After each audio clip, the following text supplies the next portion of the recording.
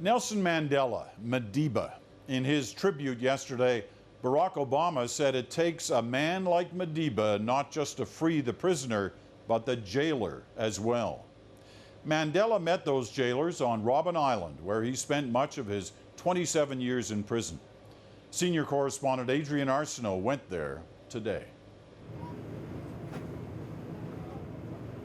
There may be a feeling now that to really know the man, you might just need to go to the place that tried to break him, to board a vessel that once carried prisoners in its bowels and pull away from Cape Town through the fog to the sour spit of land that is Robben Island. To stare at Nelson Mandela's prison for 18 years and understand how someone emerges from a place of humiliation and isolation and brutality as a kind, not cruel soul. The guides are men who were once prisoners here too. Thank you, sir. I'm Adrienne. VUSUMZI? Yes. VUSUMZI, MCONGO, locked up with Mandela for over a decade. Let me first tell you about this picture. This is Mandela and Sisulu. He now holds the master key to the prison doors and can't seem to let go. So do you look at that key then as a key to lock somebody in or a key to open the door and let them out? It symbolizes freedom. It symbolizes what we went through prison. And this key also opened the doors for those also who have been locking us up at this place. Open these doors? Yeah, yes, the mindset. And then this key is a symbol of that.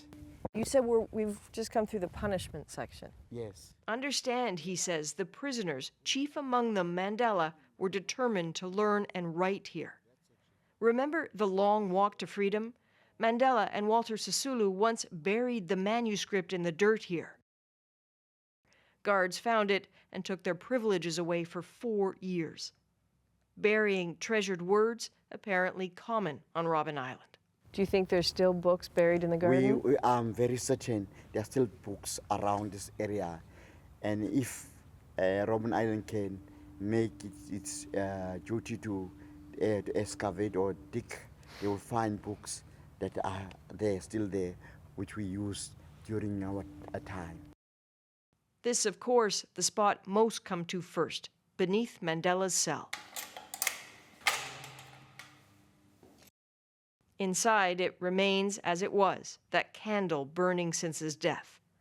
Always, MCONGO says, comes a question. Why didn't Mandela accept the offer of a bed because of his age and health? People would have viewed him as a sellout, having a bed in the cell. Rather than go to the hospital, let me rather sleep on the floor. A diplomat, disarmingly respectful to officials, some of whom were still vicious, but careful to ensure he didn't get special treatment.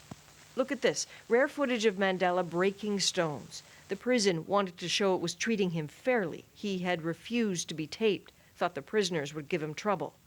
And some often did, singling him out for humiliation.